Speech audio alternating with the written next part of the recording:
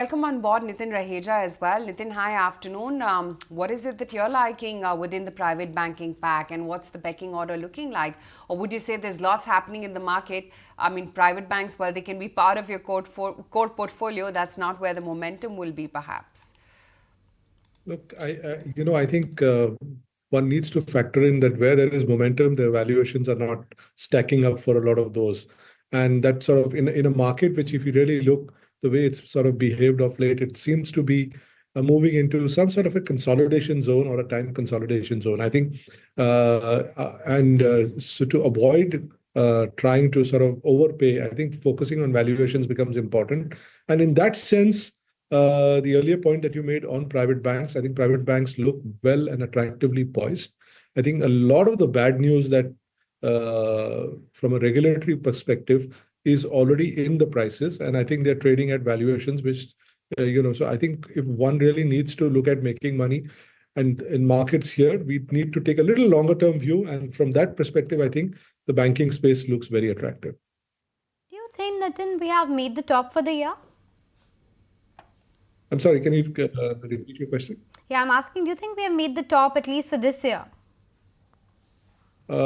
You mean for the financials or banking? On the Nifty and the markets overall, do you think we have topped out and we should moderate the expectation for next year, because we have already done what, 19% or at least 15-16% this year, and that comes on top of that big performance that we had seen last year. So in a matter of couple of years, Nifty has given very solid returns, much ahead of the average.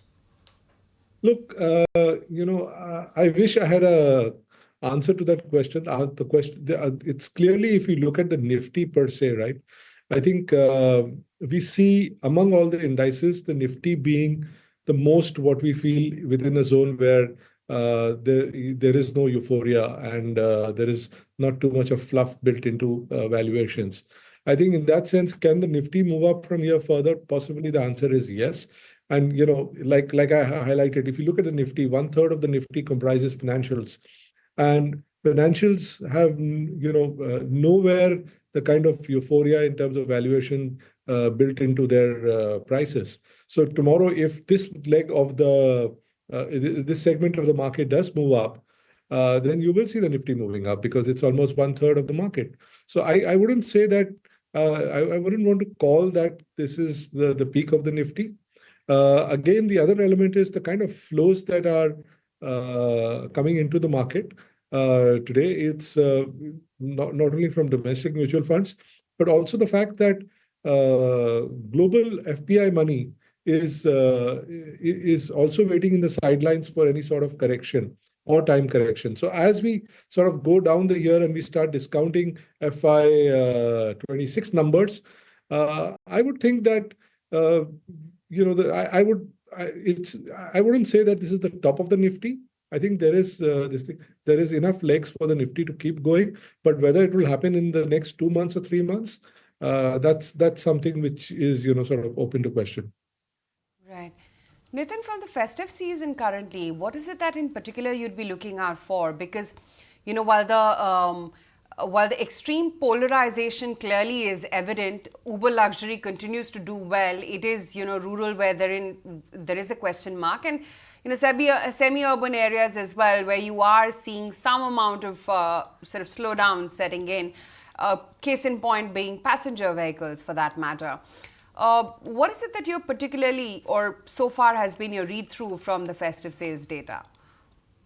So it's been pretty mixed because just the other day we met a leading textile branded apparel play, and they talked about the fact that how 2nd of October was possibly a very good day for retail sales and festival sales. So I think what we're seeing is a mixed trend. I think autos is going through a cyclical phase where a lot of inventory lies with dealers and in the pipeline.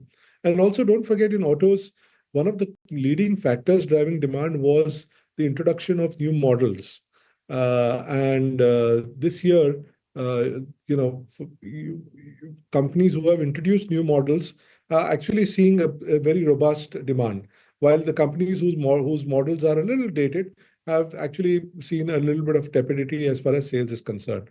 So I think what we are seeing from a festival perspective again is very mixed. It's difficult to draw out any theme. The heartening fact is that we are seeing demand coming at the lower end of the spectrum. So hitherto, for example, all these years we were seeing premiumization of consumption as a big theme. We are seeing some slowdown there, although to me it's really a multi-year, multi-decade theme that is going to play out as our GDP per capita moves from 2,500 to 4,800 over the next 8 years. So that's a multi-decadal theme at play. In the short term, you could see some blips coming there. But the interesting thing is the bottom K or the lower K, which was struggling, has started to see green shoots out there. So I think from that perspective, and also this year is supposed to be from a wedding season perspective, has a huge number of dates that are coming out in the second half. So I would believe that consumption is going to come back and should do well in the second half. Okay, consumption expected to do well in the second half of the year. But what's the view, Nitin, on pharma? Fairly volatile moves. At one point of time, there was that bottoming out of the US price erosion, which was a positive. That entire Biosecure Act was a bit of a fillip. The entire GLP-1 opportunity people were talking about. But then yesterday came that Medicare blip, and one didn't know really what's going to happen with the elections just around the corner in the United States. In context of all of this, how should one position themselves in healthcare sector? So I think in the healthcare sector, I think, look, pharma is a long-term story which is going to play itself out with some events in the short term which are going to play.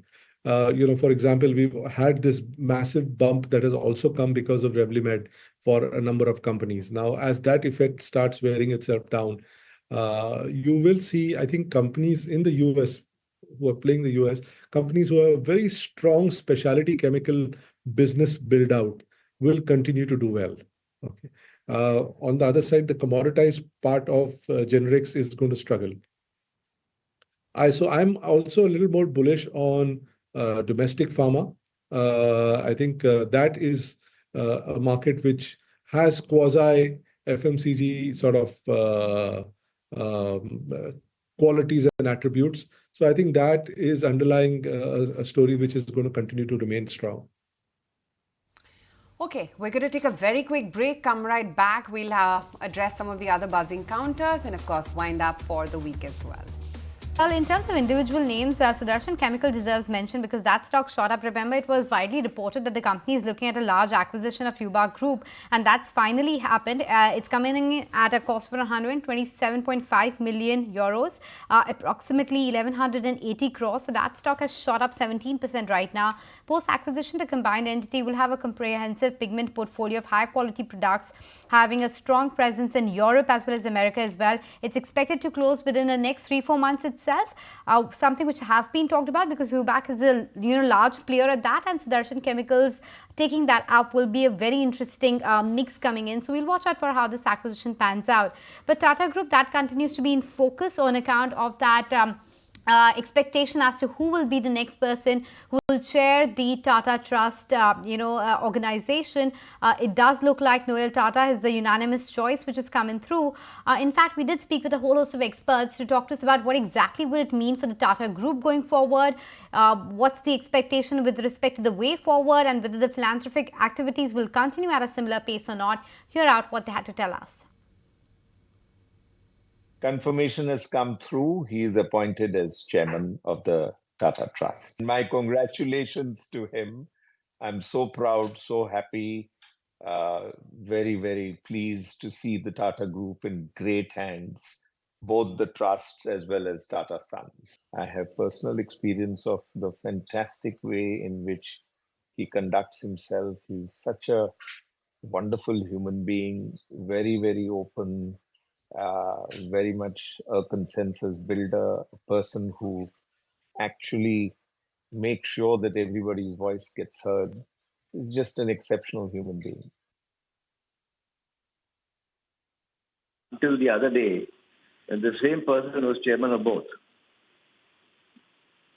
So nobody understood which hat he's wearing and what he's doing. Now they have been separated. And I think it's a very good thing that the Tata Trust on spending the money, Tata Sons can focus on earning the money. Just like the balance sheet should be with debit side and the credit side. The person who's earning the money can focus on earning, and the person who's charged to spend the money sensibly can focus on that. So I think it's all in the right direction. I can't say absolutely anything more. And luckily, I'm not in service. But if I was in service, I would have endorsed this decision totally.